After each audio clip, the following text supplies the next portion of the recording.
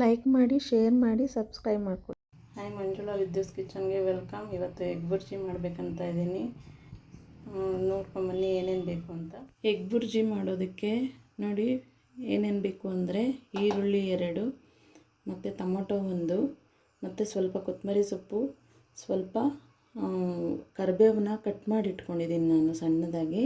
ಹಸಿಮೆಣ್ಸಿನ್ಕಾಯಿನೂ ನೋಡಿ ಸಣ್ಣದಾಗಿ ಕಟ್ ಮಾಡಿ ಇಟ್ಕೊಂಡಿದ್ದೀನಿ. ಮತ್ತು ಸೀಗಡಿ ಮೀನು ನೋಡಿ, ಇದನ್ನು ನಾನು ತೊಳೆದಿಟ್ಕೊಂಡಿದ್ದೀನಿ. ಫುಲ್ಲು ಡ್ರೈ ಇರುತ್ತೆ, ಇದು ಡ್ರೈ ಫಿಶ್ ಇದು.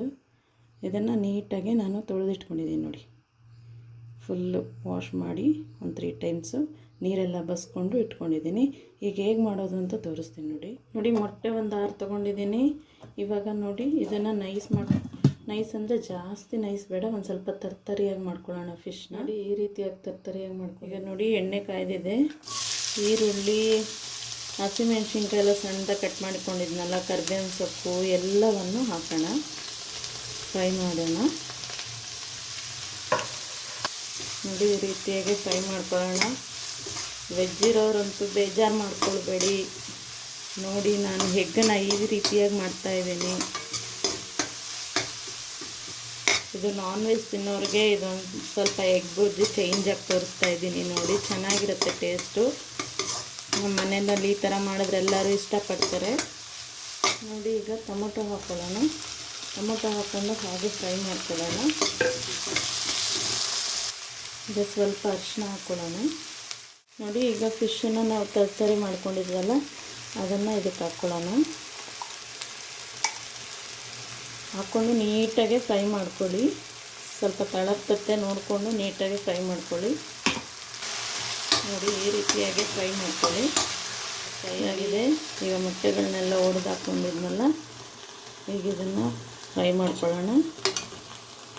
ನೋಡಿ ಹೀಗೆ ತಿರುಗಿಸ್ತಾ ಇರಬೇಕು, ಬಿಟ್ಟರೆ ಇದಾಗುತ್ತೆ. ನೀಟಾಗಿ ತಿರುಗಿಸಿದ್ರೆ 2 ಒಟ್ಟಿಗೆ ಮಿಕ್ಸ್ ಆಗುತ್ತೆ. ನಾವು ಏನೇ ಮಾಡಿದ್ರೂ ಮಕ್ಕಳು ತಿನ್ನಬೇಕು ಅನ್ನೋದೊಂದು ಆಸೆ ಇರುತ್ತಲ್ವ, ಹಾಗಾಗಿ ಕೆಲವು ಮಕ್ಕಳು ಫಿಶ್ ಎಲ್ಲ ತಿನ್ನಲ್ಲ. ಆ ಮಕ್ಕಳಿಗೆ ಈ ರೀತಿಯಾಗಿ ನೀವು ಮಾಡಿಕೊಡ್ಬೋದು.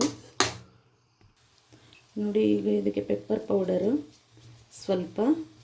ಸ್ವಲ್ಪ ಹಾಕಿ ಚಿಲ್ಲಿ ಪೌಡರ್ ಹಾಕ್ಕೊಳ್ಳೋಣ. ನೋಡಿ ಒಂದು 1/4 ಸ್ಪೂನು ಚಿಲ್ಲಿ ಪೌಡರ್ ಹಾಕ್ತಾಯಿದ್ದೀನಿ. ಮನೆಯಲ್ಲೇ ಮಾಡಿರೋಂಥ ಧನಿಯಾ ಪೌಡರ್ ಸ್ವಲ್ಪ 1/4 ಸ್ಪೂನು. ರುಚಿಗೆ ತಕ್ಕಷ್ಟು ಉಪ್ಪು. ಈಗೆಲ್ಲ ನೀಟಾಗಿ ಮಿಕ್ಸ್ ಮಾಡ್ಕೊಳ್ಳಿ. ಚೆನ್ನಾಗಿ ಫ್ರೈ ಆಗಬೇಕಿದು. ನೋಡಿ 6 ಮಟ್ಟಿಗೆ ಇಷ್ಟೇ ಫಿಶ್ ಹಾಕಬೇಕು, ಜಾಸ್ತಿ ಹಾಕಿದ್ರೆ ಚೆನ್ನಾಗಿರಲ್ಲ, ಸ್ಮೆಲ್ ಬಂದುಬಿಡತ್ತೆ. ಅದು ನೋಡಿಕೊಂಡು ನೀವು ಹಾಕ್ಕೊಳ್ಳಿ, ಆಯಿತಾ. ನೋಡಿ ಈಗ ಕೊತ್ತಂಬರಿ ಸೊಪ್ಪು ಹಾಕೋಣ. ಒಂದು 5 ನಿಮಿಷ ಸ್ಲಿಮ್ಮಲ್ಲಿ ಇಟ್ಬಿಟ್ಟು ಆಫ್ ಮಾಡೋಣ. ರೆಡಿಯಾಗಿದೆ.